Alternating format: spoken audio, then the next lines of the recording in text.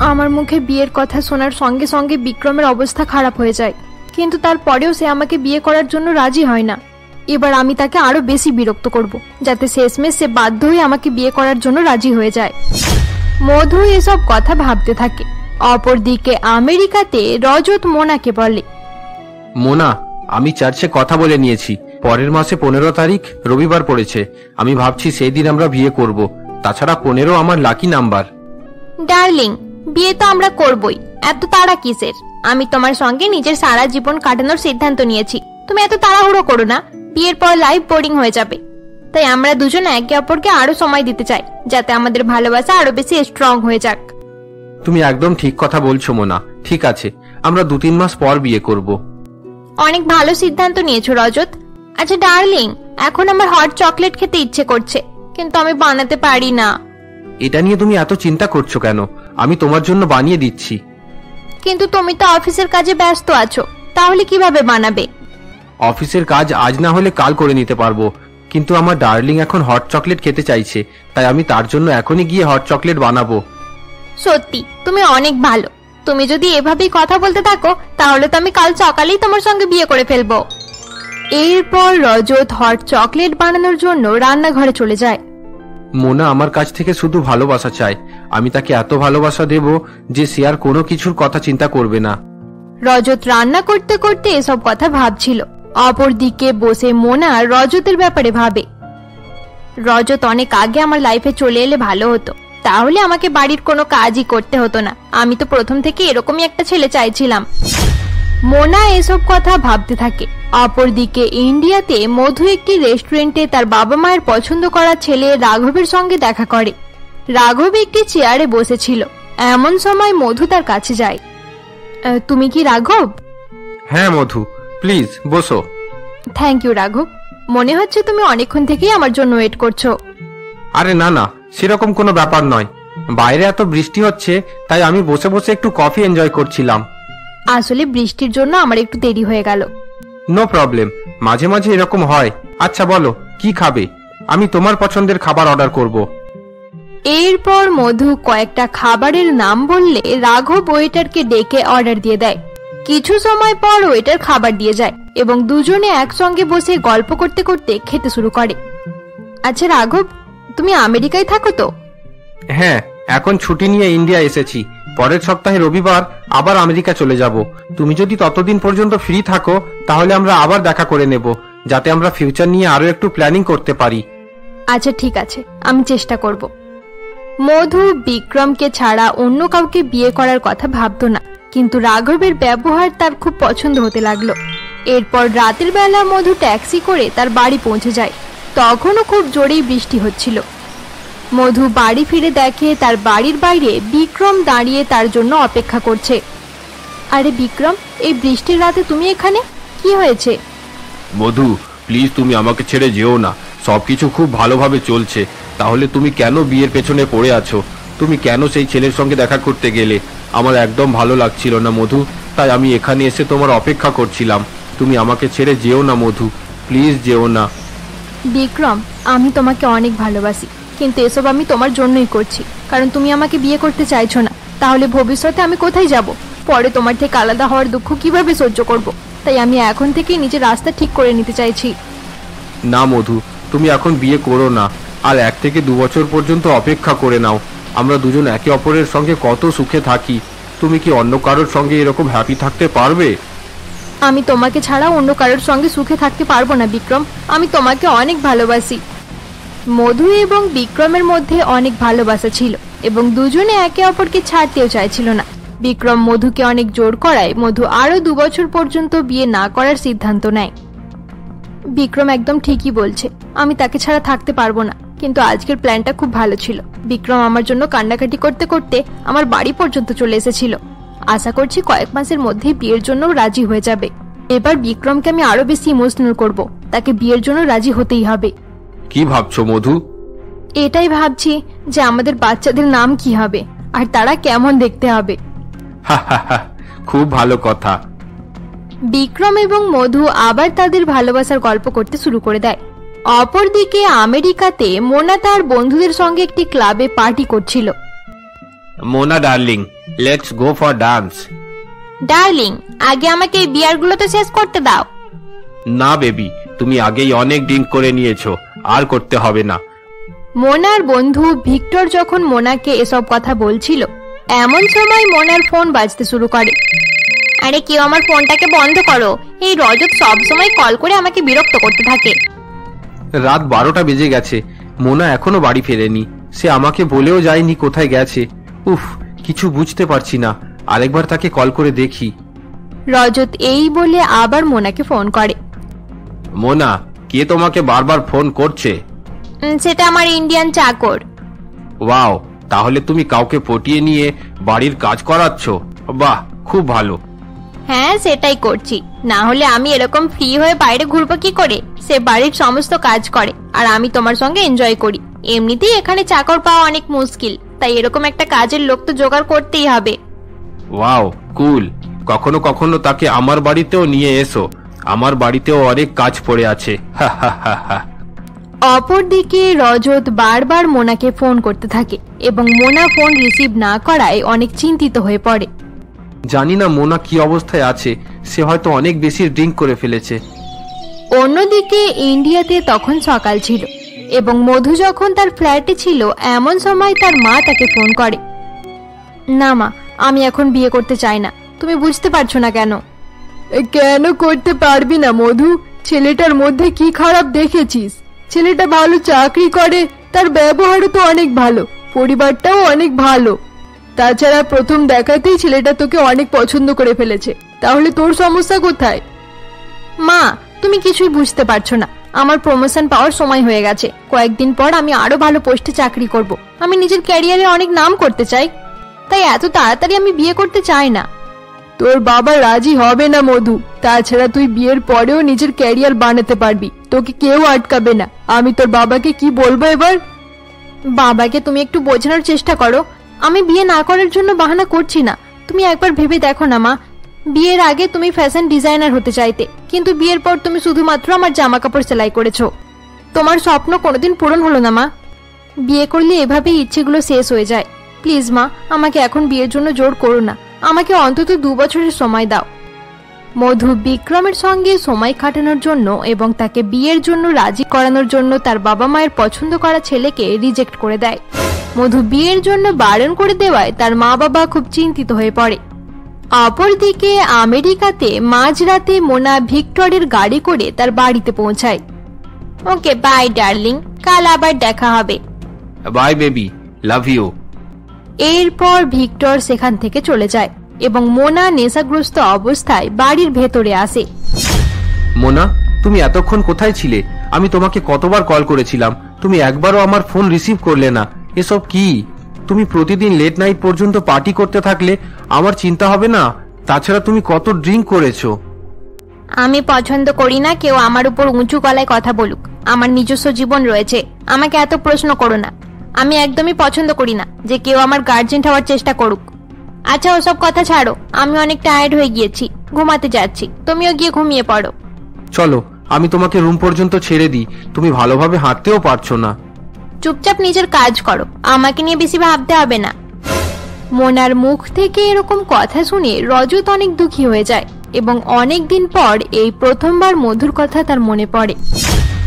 সত্যি অনেকদিন পর আজ মধুর কথা মনে পড়ছে। এখনো সেদিনের কথা ভুলতে পারি না, যখন সে ক্লাবের বাইরে দাঁড়িয়ে আমার জন্য ওয়েট করছিল। রজত নিজের পুরানো দিনের কথা ভাবতে থাকে, যখন কলেজের সকল বন্ধুরা একটি ক্লাবে পার্টি করছিল এবং মধু তার জন্য অপেক্ষা করছিল। এত দেরি হয়ে গেল, রজত এখনো এলো না। জানি না সে কোথায় আছে, তাকে একবার ফোন করে দেখি। হ্যালো রজত, তুমি কোথায়? আমি কখন থেকে ক্লাবের বাইরে তোমার জন্য ওয়েট করছি। আমি কিছু সময়ের মধ্যে যাচ্ছি, তুমি গিয়ে পার্টি এনজয় করো, আমি 5 মিনিটে পৌঁছে যাব। না না, আমি যাব না, তুমি এলে তারপর একসঙ্গে যাব। আচ্ছা ঠিক আছে, তুমি ওয়েট করো, আমি এখনই পৌঁছে যাব। এরপর মধু ফোন রেখে দেয় এবং ফোন রাখার পর রজত বলে, মধু জানেই না যে আমি তার ফোন আসার অপেক্ষা করছিলাম। এবার তাড়াতাড়ি যাই, তাকে বেশি ওয়েট করাবো না। রজত তার রুমে বসে বসে এইসব কথা ভাবছিল। এক মধু ছিল যে আমাকে ছাড়া কোনো কাজ করতো না, আর অন্যদিকে এই মোনা, আমার কোনো কথাই শোনে না। আরে আমি এসব কথা ভাবছি কেন? আমার মোনা অনেক বেশি ড্রিঙ্ক করে ফেলেছে, তাই নেশাগ্রস্ত অবস্থায় উল্টোপাল্টা কথা বলেছে। সে আমাকে অনেক ভালোবাসে, তাছাড়া আমরা কিছু সময় পর বিয়ে করতে চলেছি। মোনার খারাপ ব্যবহারের জন্য রজত কিছু সময়ের জন্য মধুকে মিস করে, কিন্তু আবার সে মোনার ভুলগুলো এড়িয়ে যায়। এভাবেই বেশ কিছু দিন কেটে যায়, কিন্তু মোনার লেট নাইট পর্যন্ত পার্টি করা এবং রজতের চিন্তিত হওয়া একইভাবে চলতে থাকে। ধীরে ধীরে রজত মোনার থেকে বিরক্ত হতে শুরু করে, কিন্তু সে মোনাকে কিছুই বলতে পারে না। এভাবেই আরো কয়েকদিন কেটে যায়। একদিন ইন্ডিয়াতে মধু যখন নিজের রুমে অফিসের কাজ করছিল, এমন সময় তার দরজার বেল বেজে ওঠে। এরপর মধু গিয়ে দরজা খোলে। মধু দরজা খুলতেই অবাক হয়ে যায়। আরে রজত, তুমি এখানে? তুমি ইন্ডিয়া কবে ফিরলে? হঠাৎ এভাবে আমার বাড়িতে? আমি কিছুই বুঝতে পারছি না। মধু, এখানেই সবকিছু জিজ্ঞাসা করে নেবে নাকি ভিতরে যেতেও বলবে? প্রথমবার এসেছি, অন্তত বাড়ির ভিতরে ডাকো। আরে হ্যাঁ, অবশ্যই, এসো এসো, ভেতরে এসো। এরপর মধু রজতকে নিয়ে বাড়ির ভেতরে যায় এবং কিছু সময় পর দুজনে হলরুমে বসে কফি খেতে শুরু করে। তুমি কত ভালো কফি বানাও, আমি এই প্রথমবার তোমার হাতের কফি টেস্ট করলাম। তাছাড়া তুমি বাড়িটাও খুব ভালোভাবে সাজিয়েছো। এসব কথা বলে আর কি লাভ রজত? এই বাড়ি আমি আমাদের দুজনের জন্য নিয়েছিলাম। বাড়িটা নিজের হাতে সাজিয়েছিলাম। প্রত্যেকদিন ইউটিউব দেখে ভালো ভালো খাবার রান্না করা শিখেছিলাম, কিন্তু তুমি বিদেশ যাওয়ার নেশায় সব কিছু ভুলে গেলে। তুমি আমাকে, আমার ভালোবাসা আর আমাদের ফিউচার প্ল্যানিং সব কিছু ভুলে গিয়েছিলে। আমি মানছি মধু যে আমি সবকিছু ভুলে বিদেশ চলে গিয়েছিলাম, কিন্তু এখন কি তোমার লাইফে আমার জন্য কোনো জায়গা নেই? তুমি কি অন্য কাউকে পছন্দ করো? রজত মধুকে এই কথা বলছিল, এমন সময় আবার দরজার বেল বেজে ওঠে এবং বিক্রম বাড়ির ভেতরে আসে। এই লোকটি কে মধু? এখানে কি করছে? বিক্রম, এর নাম রজত, আমার কলেজের ফ্রেন্ড। কি বললে? আমি শুধুমাত্র কলেজের ফ্রেন্ড? মধু, এসব কি বলছো তুমি? মধু ঠিক কথাই তো বলছে। তাহলে তুমি কে? মধু, এই লোকটাকে এখনই বাড়ি থেকে বার করো। মুখ সামলে কথা বল। এই ঘর থেকে আমাকে বাইরে বার করার তুই কে? আমি মধুর বয়ফ্রেন্ড, বুঝতে পেরেছিস? বয়ফ্রেন্ড। তুই কে? এখানে কি করতে এসেছিস? আচ্ছা, তাহলে তুমি মধুর বয়ফ্রেন্ড। ঠিক আছে, তাহলে এখানে আমার আর কোনো কাজ নেই। মধু, তোমাকে সারপ্রাইজ দেওয়ার জন্য না জানিয়ে ইন্ডিয়া এসেছিলাম। ভেবেছিলাম তুমি অনেক খুশি হবে, কিন্তু তুমি আমাকেই সারপ্রাইজ করে দিলে। রজত, রজত। মধু রজতের নাম বলতে বলতে হঠাৎ ঘুম থেকে উঠে পড়ে।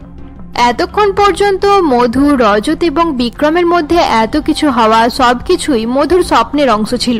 মধু ঘুম থেকে উঠে অনেক চিন্তায় পড়ে যায়। আমি কি তাহলে এতক্ষণ স্বপ্ন দেখছিলাম? আজ এতদিন পর হঠাৎ রজতের স্বপ্ন দেখলাম কেন? আমি দেখলাম রজত সবকিছু ছেড়ে আমার কাছে ফিরে এসেছে। না না, এটা কখনোই সম্ভব নয়। তাহলে কি রজত আমায় মিস করছে? একবার কি তাকে কল করে দেখব? না না, সে আবার আমার কল ইগনোর করবে। সে যদি ফোন রিসিভও করে নেয়, তারপরেও আমাকে উল্টোপাল্টা করে কথা শোনাবে। আমি তার সেরকম ব্যবহার একদমই সহ্য করতে পারবো না। তাছাড়া রজতের সঙ্গে কথা বলা শুরু করলে বিক্রমকে ধোঁকা দেওয়া হবে। আমার এরকম করা উচিত হবে না। মধু বসে বসে এসব কথা চিন্তা করছিল। অপরদিকে আমেরিকাতে মোনা যখন রাতে পার্টি করে বাড়ি ফিরে, তখন সে দেখে হলরুমে রজত তার অপেক্ষা করছে না। এ কি, আজ রজত আমার জন্য অপেক্ষা করছে না কেন? রজত, রজত! মোনা রজতকে ডাকাডাকি করতে করতে তার রুমে যায়। মোনা সেখানে গিয়ে দেখে রজত অসুস্থ অবস্থায় তার বিছানায় পড়ে রয়েছে। মোনা, তুমি চলে এসেছো? হ্যাঁ, আমি চলে এসেছি। তোমার কি হয়েছে? তুমি কখনো এত তাড়াতাড়ি ঘুমাও না, তাহলে আজ ঘুমিয়ে পড়েছো কেন? আজ শরীরটা একদম ভালো নেই, তাই রেস্ট করছি। তাছাড়া আমি ডিনারও বানাতে পারিনি। নো প্রবলেম, আমি পার্টিতে খাওয়া দাওয়া করেই এসেছি। তুমি ওষুধ খাওয়ার পর ঘুমিয়ে পড়ো, কাল পর্যন্ত ঠিক হয়ে যাবে। গুড নাইট রজত, আমি ঘুমাতে যাচ্ছি। মোনা এই বলে ঘুমানোর জন্য তার রুমে চলে যায়। গুড নাইট বলে চলে গেল? সে একবারও আমাকে জিজ্ঞাসা করলো না যে আমি খাওয়া দাওয়া করেছি না করিনি। আমি তো মোনাকে প্রতিদিন জিজ্ঞাসা করি। তাহলে কি আমি অনেক বোকা? মোনার কাছে আমার কোনো গুরুত্ব নেই? রজত এই সব কথা ভাবতে ভাবতে বিছানার উপর উঠে বসে। সে আবার পুরানো সময়ের কথা চিন্তা করতে থাকে। যখন আমি হোস্টেলে ছিলাম, সেখানে আমার শরীর খারাপ হলে মধু রাতে চুপি চুপি আমার হোস্টেলে এসে আমাকে জোর করে খাবার খাওয়াতো। সে সারা রাত আমার কাছে বসে কত গল্প করত। তখন শরীর খারাপ হলেও আমার ভালো লাগতো। জানি না আজ মধুর কথা এত মনে পড়ছে কেন। সে কি আমাকে আর মিস করে? হয়তো আর মিস করে না। সে যদি আমাকে মিস করত তাহলে নিশ্চয়ই কল করত। রজত এবং মধু দুজনেই একে অপরকে অনেক মিস করতে থাকে, কিন্তু কারোর মনে ফোন করার সাহস হয় না। এরপর দুপুর বেলায় মধু কয়েকদিনের ছুটিতে তার বাড়ি ফিরে আসে। বাড়ি ফিরে মধু তার ফোনে ব্যস্ত থাকায় তার মা বলে, এতদিন পর বাড়ি ফিরেছিস, কিন্তু সারাদিন ফোন নিয়ে পড়ে আছিস কেন? জানি না ফোনে কি এমন আছে। মা, আসলে আমার হোস্টেলের রুমমেট পিঙ্কির বিয়ে আছে। সে আমাকে শপিং এর লিস্ট পাঠিয়ে দিয়েছে। তার মনে হয় আমি ভালোভাবে তার জন্য শপিং করতে পারবো, তাই সে আমাকে শপিং এর জন্য বলে রেখেছে। হ্যাঁ, এবার আমি বুঝতে পেরেছি। তাহলে তুই এক সপ্তাহের ছুটি নিয়ে নিজের বান্ধবীর বিয়ের জন্য শপিং করার জন্যই বাড়িতে এসেছিস, তাই তো? আমাদের জন্য আসিসনি। আচ্ছা ঠিক আছে মা, এই নাও, ফোন রেখে দিলাম। তুই নিজের বিয়ে 2 বছরের জন্য পিছিয়ে দিলি, কিন্তু দেখ তোর বান্ধবী বিয়ে করে নিচ্ছে। মা, তুমি আবার শুরু হয়ে গেলে। আচ্ছা শোন, একটা ভালো খবর আছে। রাঘব একটা নতুন প্রজেক্টের জন্য কাজ করতে 2 বছরের জন্য অস্ট্রেলিয়া যাচ্ছে। এই কারণে তার মা আমাকে বলেছে বিয়ে 2 বছর পর হবে। আমি অনেক হ্যাপি। এবার সবকিছু ঠিক হয়ে গেল। তুই কিন্তু রাঘবের সঙ্গে কথা বলতে থাকিস। তোদের দুজনের মধ্যে বন্ধুত্ব হয়ে গেলে আর তোরা একে অপরকে ভালোভাবে বুঝতে শিখে গেলে সবকিছু ঠিক হয়ে যাবে। মায়ের মুখে হঠাৎ এরকম কথা শুনে মধু আরো বেশি চিন্তিত হয়ে পড়ে, কিন্তু তার হাতে এখনো 2 বছর সময় আছে। এটা ভেবে সে চিন্তা করা বন্ধ করে দেয় এবং বাইরে যাওয়ার জন্য মেকআপ করতে শুরু করে। আমাকে এখন রিল্যাক্স হয়ে থাকা দরকার। মা 2 বছর পর আমাকে বিয়ের জন্য জোর করবে। ততদিন পর্যন্ত আমি সবকিছু ম্যানেজ করে নিতে পারবো। আমি যেমনটা চাইছি সবকিছু তেমন ভাবেই হয়ে যাবে। কিছু সময় পর মধু তৈরি হয়ে বাইরে বেরিয়ে পড়ে। মধু একটি কফি শপে গিয়ে তার বান্ধবী পিঙ্কির সঙ্গে দেখা করে। অনেক বছর পর 2 বান্ধবী একে অপরকে দেখে অনেক বেশি খুশি হয়ে যায়। ও মাই গড মধু, আমরা কতদিন পর দেখা করছি। আমার কলেজের সেই দিনগুলো খুব মনে পড়ছে মধু। আমারও খুব মনে পড়ে পিঙ্কি।